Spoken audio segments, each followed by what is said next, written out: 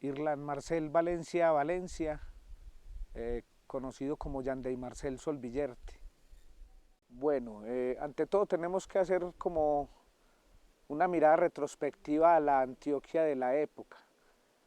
Es una Antioquia que en la segunda década posterior pues a la segunda mitad del siglo XIX, la tercera década, perdón, que ya en los 70s, comienza a pensarse en cómo abrir vías de comunicación con el resto del país.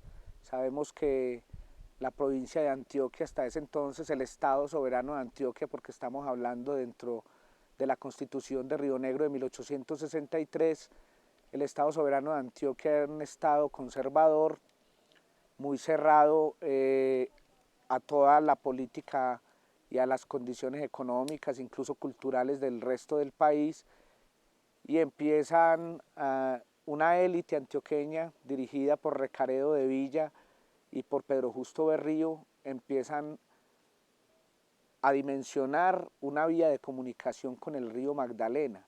Ellos habían pensado en carreteras, ¿cierto? Carreteras para distintos coches, carricoches, para vehículos transportados con tracción animal, pero no se había pensado inicialmente un trazado de un ferrocarril.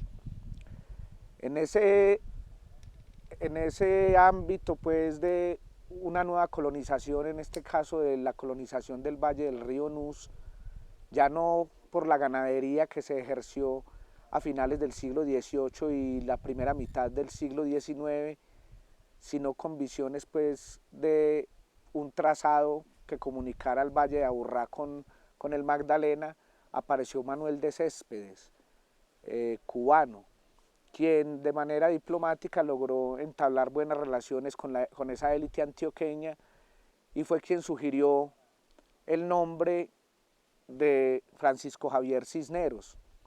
Cisneros para ese entonces se encontraba en el Perú realizando algunos trazados de ferrocarriles, aunque si bien es cierto, el mismo Gustavo Arias de Grave en su libro La segunda mula de hierro nos da cuenta de que Cisneros ni siquiera se había graduado como ingeniero, sino él mismo lo nombra como un aprendiz de ingeniero que estaba ensayando, digamos, sus trazados en Perú, había fracasado y al ser muy amigo de Manuel de Céspedes, este lo recomienda con la élite antioqueña de la cual estamos hablando, y para el año de 1874, principiando el mes de febrero, arriba ya Francisco Javier Cisneros a Antioquia y en menos de 15 días ya tiene firmado el contrato para la construcción del ferrocarril.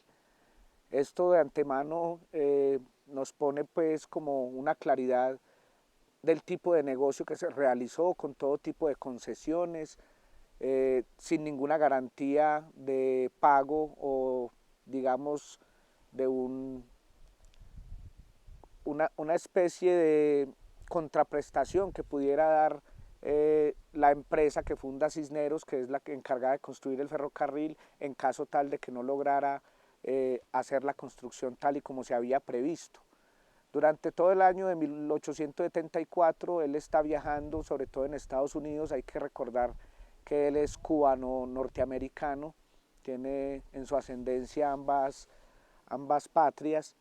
En Estados Unidos intenta recoger fondos para este trazado, lo cual es un rotundo fracaso. Llega a finales de ese año de 1874, cuenta la historiografía que con 4 hombres solamente para iniciar todo el recorrido de lo que va a ser la línea de banca por la cual va a transportarse pues el tren.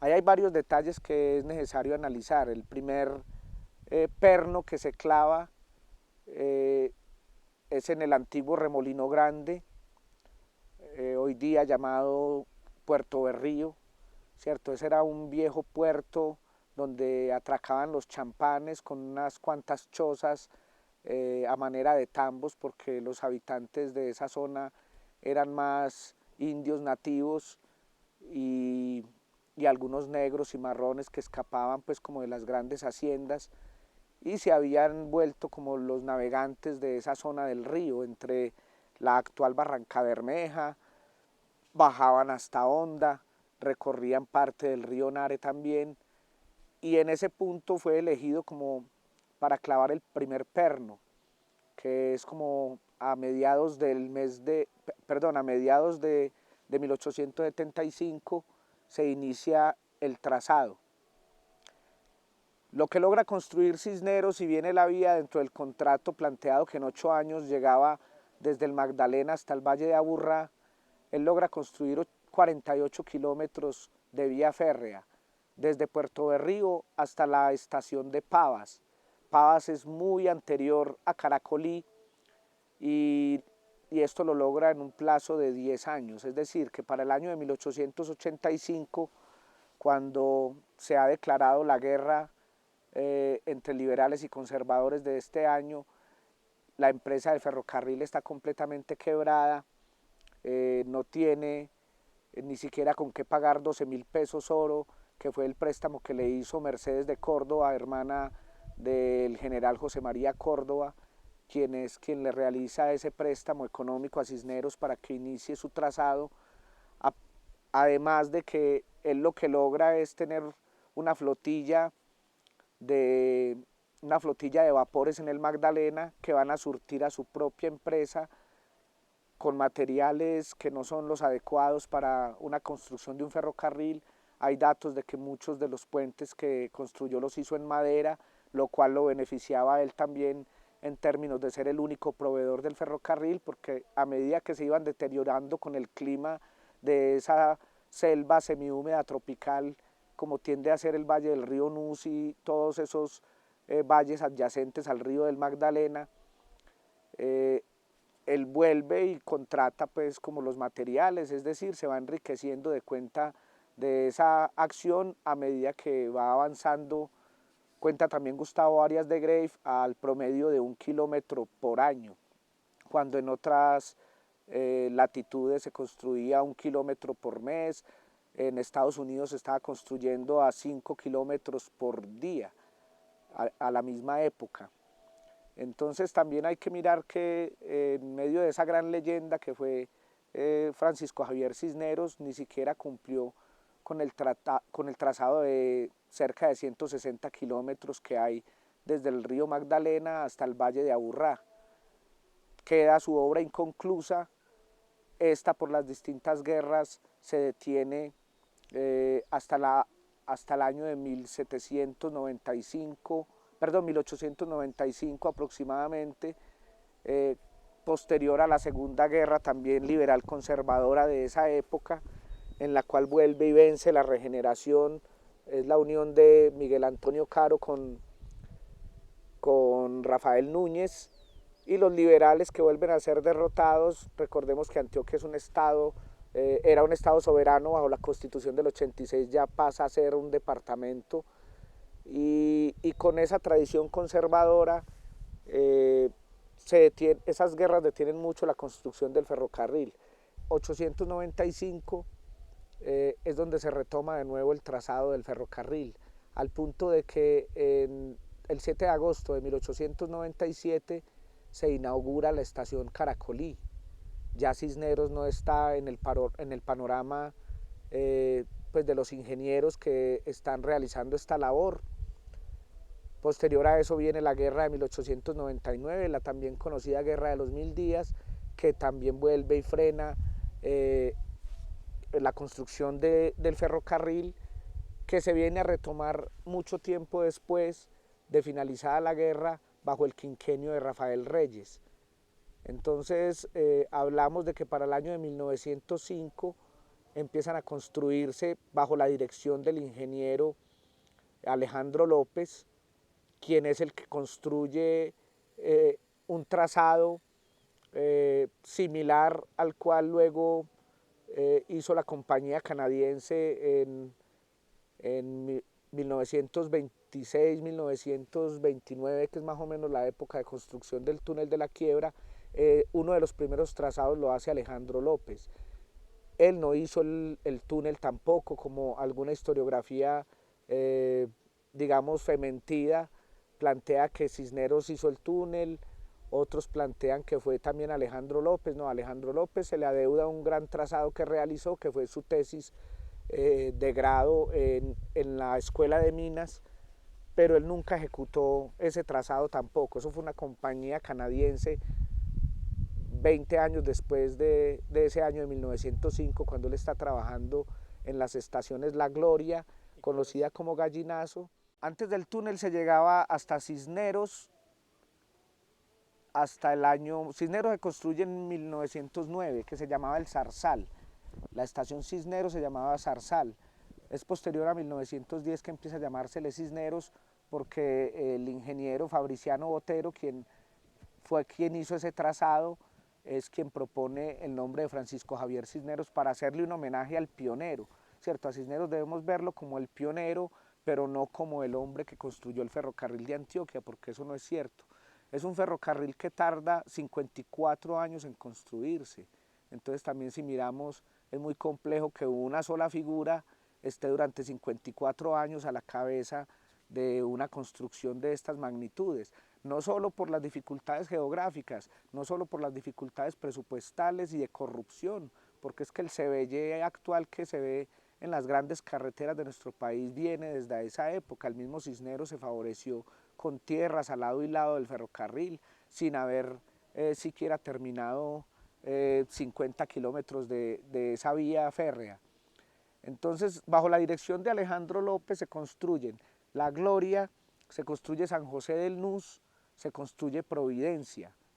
Tengo entendido que hasta San Jorge, que es más o menos 1907, Providencia se construye en 1907, 1908 Sofía, no tengo la seguridad de que hasta ahí haya llegado Alejandro López, pero sí hasta San Jorge, que es una estación un poco cercana a Sofía, viniendo en dirección Berrío, Cisneros, y Sofía se inaugura en 1908, 7 de agosto de 1908, todavía bajo el quinquenio del general Reyes. Tanto es así que el nombre de la estación se le da a la esposa del presidente de Colombia del momento. Como planteamos, en 1909 se termina de construir y se inaugura el Zarzal, y del otro lado del trazado se empiezan a construir Botero en 1910, que era el antiguo paraje de Piedra Gorda.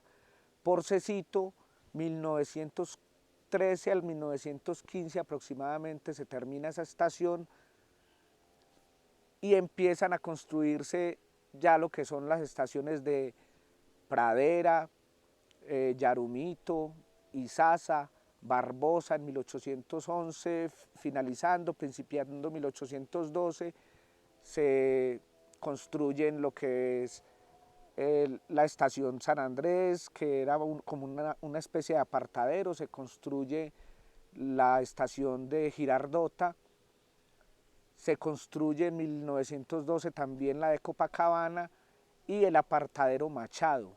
Bello se construye en 1913. En 1913 es a Bello y a Medellín con los otros apartaderos que hay ahí cercanos, Caribe, ¿cierto? El Bosque, en fin, se construye ya en 1914. Se llega en 1914, se termina la línea férrea por ese lado, de Medellín a Botero. Entonces, ¿cómo se cruzaba el hito de la quiebra? La quiebra se cruzaba con unos camiones jalados con orugas que se llamaban el tren Renard, pues como de una empresa francesa. Ya luego, pues, como el uso de la palabra se montañerizó, entonces la gente lo llamaba el tren Reinal, pero no era un tren, sino que se hizo un carreteable de Cisneros a Botero. Obviamente tuvo que haber sido, como hablábamos, con prisioneros de las cárceles. Se hizo un carreteable del cual se llegaba a Cisneros, se transportaba desde Cisneros a Botero por toda la montaña en esos trenes con orugas y se remontaba en Botero hacia las estaciones posteriores a donde fuesen avanzando. ¿Por qué razón, por ejemplo, si el primer taller estuvo en Puerto Berrío, el segundo taller que ya luego se consolida en 1914 lo hacen en Botero? ¿Por qué razón? Porque ahí era donde reparaban las máquinas, tenía alrededor de 6 líneas, tenía la estación Botero para poder hacer también el intercambio de las máquinas, tenía una Y, ¿cierto?, para hacer los movimientos de inversión. Eso es en 1914 que se hace ese taller, porque era la estación terminal de la línea del Porce. La línea del NUS era Cisneros, antiguo paraje de Zarzal. ¿Qué ocurre con el Limón y con Santiago? Que son las estaciones que quedan ya entre Porcecito y Santiago, por el lado del Porce, y Cisneros, el Limón. Esas son las dos últimas que se construyen. Fue Santiago, que se llamaba antiguamente Guayabito, en esa estación, a bordo de la quiebra, no se había decidido aún el trazado. Cisneros había planteado una subida en cremallera, ¿cierto? En cremallera no es un zigzag como el que tenemos antes de pasar al túnel, viniendo desde Cisneros hacia el Limón, sino que era como de esta especie, con dos líneas que se iban juntando y separando para poder vencer la pendiente, porque es una de las pendientes más difíciles que hay, desde Sofía hasta el Limón. Creo que tiene como de entre 3.1 y 3.4 de inclinación. Para la vía férrea angosta, que fue un error inicial de Cisneros, que se construyó el ferrocarril de Antioquia, y la capacidad de las locomotoras con carga era siempre una pendiente. Sin embargo, eso se logró solucionar con el zigzag que todavía permanece cuando uno recorre ese territorio. Entonces, Santiago se funda, se le cambia el nombre de Guayabito a Santiago en honor al apóstol, y es en 1918 que se inaugura. 2 años después se inaugura el Limón, 1920. Entonces estamos hablando ahí, 20 años del siglo XX más 25 del siglo XIX, van 45 años y aún no se ha solventado el hito geográfico de la quiebra. ¿Cómo lo solucionan de 1920 al año de 1929, que es que se abre el túnel? El mismo carreteable que venía de Cisneros ya lo hacen más pequeño, del Limón a Santiago. Santiago del otro lado también tiene una rotatoria, una mesa rotatoria en la cual hacían la inversión de las máquinas, porque llegaban solo hasta ahí. Con el arqueólogo Carlos Orozco, arqueólogo de la Universidad de Antioquia, logramos descubrir, por decir de algún modo, porque estaba cubierta por la maleza, cubierta por algunos barrancos y algunos derrumbes, incluso por un sembrado de caña de azúcar que tenía ahí la gente. Logramos limpiar y sacar a la luz de nuevo esta rotatoria, esta mesa giratoria. Y ahí era donde se hacía la inversión para que la máquina pudiera volver de Santiago a Medellín. Como les digo, Medellín se termina en 1914, el mismo año que se termina el taller en Botero. Posterior a eso es Porce, como les digo, en el 18 es Santiago, en el 20 el Limón. En 1926 se construye la represa de arriba de la Chorrera, que queda en todo el alto de la quiebra, para poder generar la energía con la cual sacar también el oxígeno y construir el túnel de la quiebra, que la construcción es entre el año 27, 28 y se entrega el 29. Y como les digo, ya eso es construido por una empresa canadiense, la Fraser Bracer, bajo los trazados de un ingeniero norteamericano de apellido Whittaken.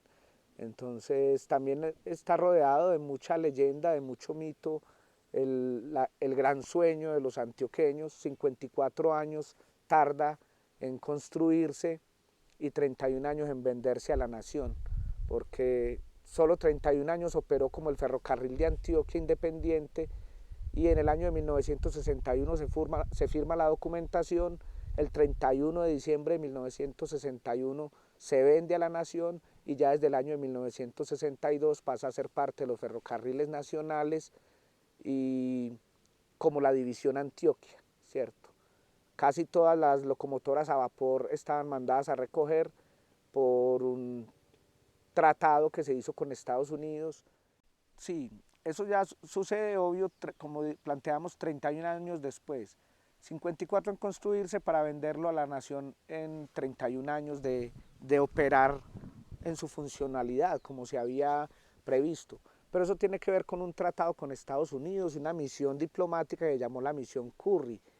La misión Curry fue durante el gobierno de Laureano Gómez, en la cual hay una disposición, recordemos que es la época de posguerra, ya toda la gran producción de camiones, de llantas, de todo lo que tiene que ver con la gasolina, quedó represada porque la guerra en el momento más cruel se pensó que podría durar incluso más años de los que duró. Entonces la gran producción industrial de Estados Unidos estaba allá represada y ellos ¿qué hicieron? Dieron la estocada final para la muerte de los ferrocarriles, que ahí en la analogía que hago con respecto a los toros, ese toro duró otros 30 años más, pero ya estaba mandado a recoger, porque políticamente desde la misión Curry, que es del año 51, más o menos al año 53, todo el destino es a la construcción de carreteras, a la construcción de peajes, para que pueda operar la industria automotriz, los grandes camiones, ¿cierto? Como lo vemos hoy día. Entonces es la estocada de muerte que se da durante este gobierno y que los gobiernos posteriores, obvio, después de la violencia de los 50 del Frente Nacional no les iba a importar, tan arrodillados que han sido, planear una directriz distinta a la de Estados Unidos. Y recordemos que incluso por esa misma fecha Estados Unidos vuelve y mejora sus vías férreas a la par que está obligando a América Latina a acabar con ellas. Hasta que no fue culminado el túnel de la Quiebra, no se puede hablar de que hay una conexión directa con el río Magdalena por los transbordos. Imaginen cuánto tiempo podría tardar un transbordo de un tren con 10 vagones, mientras se remontaba la montaña, en este caso a lomo de mula, porque ya el tren Reinal o los trenes Renar habían desaparecido. Mientras se remontaba a lomo de mula todo eh, pues todo el aparataje, todo el embalaje de los viajeros. Por esa razón también se construyó primero como restaurante y tuvo que convertirse en hotel, el famoso Hotel del Limón.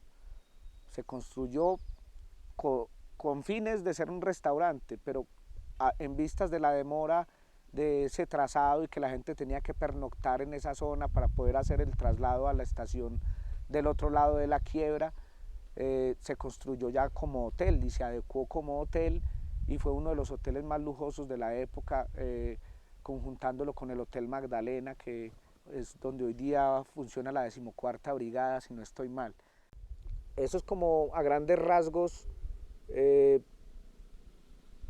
una, pues una idea general de cómo se construyó el ferrocarril de Antioquia, quiénes fueron algunos de sus principales protagonistas, un sueño de una élite conservadora que por primera vez vio la necesidad de abrirse al mundo, que tardó 54 años en construirse y que tardó a su vez 31 años en venderse y otros 30 más en acabarse. Un dato ahí de epílogo, Andrés Uriel Gallego, el que tanto elogian, el superministro de Transporte de Uribe, el que falleció pues en la década pasada, fue el que definitivamente le dio el no final hasta el día de hoy a los ferrocarriles, con la disculpa de que el ferrocarril de Antioquia tenía una pendiente muy grande, de la que hablaba ahora entre Sofía y el Limón, que es de 3.4 de inclinación cuando máximo.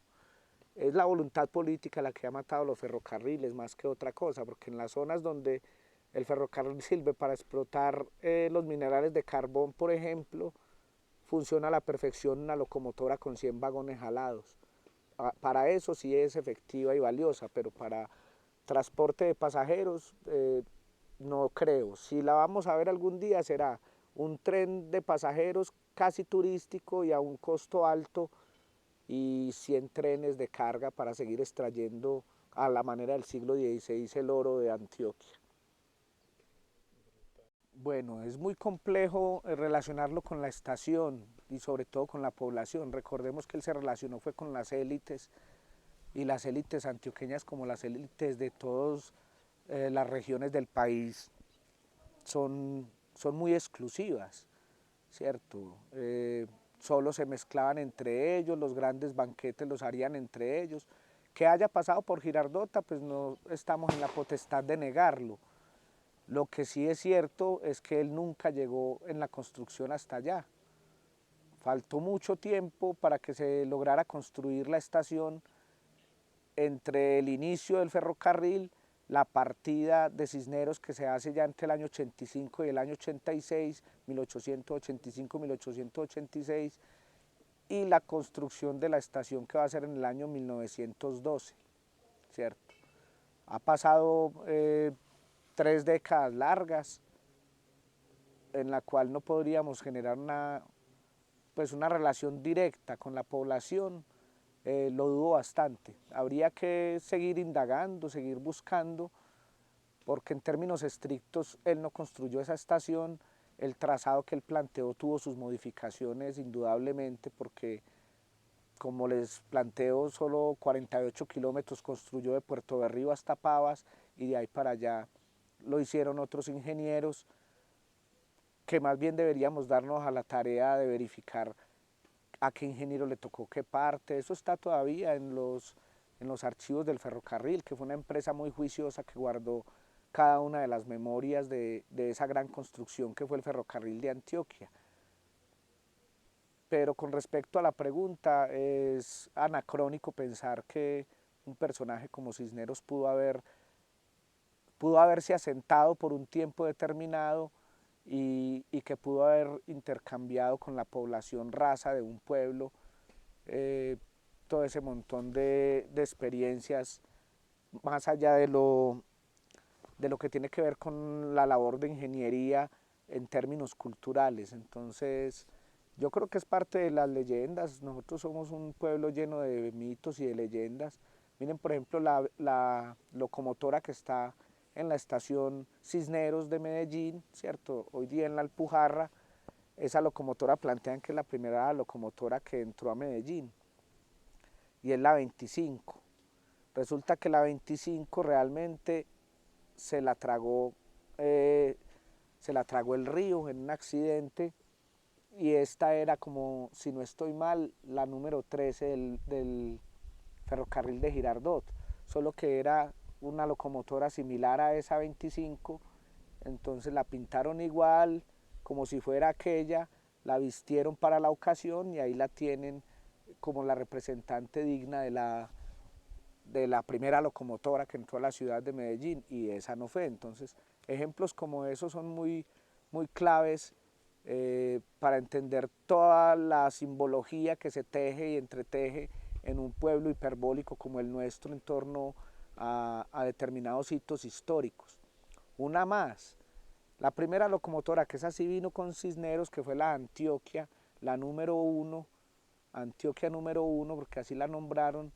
Esa locomotora se perdió, se la tragó las aguas de la quebrada La Malena. Era una locomotora pequeñita, ¿cierto?, de 4 ruedas. Entonces hicieron lo mismo que con la que les cuento. Se consiguieron una de Girardot similar, una 040, que es como la denominación técnica de ese tipo de locomotoras, que eso es casi como un carro motor, una marranita, como le llaman comúnmente las personas que viven en las zonas ferroviarias. La pintaron como la número 1 y esa es la que estuvo reposando mucho rato también, como por los lados del sur en una glorieta, ¿cierto? Por Guayabal estuvo hacia allá. Tampoco es la Antioquia número 1 porque se la tragó las aguas de la quebrada La Malena, que prácticamente es un río. Y así, entre mito y mito, entre leyenda y leyenda, nos han ido mintiendo parejo en torno a la historia del país. Y un dato pues no sé si lo había dicho, Cisneros nunca le pagó a Mercedes de Córdoba los 12.000 pesos oro que le prestó y se fue impune del país sin haber terminado ni este ferrocarril, ni el de Girardot, ni ninguno otro. Eh, entonces también es un personaje como a mirarlo con ojo de lupa y no tragarse todo lo que la historia apologética que es tan dada a elucubraciones nos viene ofreciendo desde hace muchos años. Hombre, maravilla.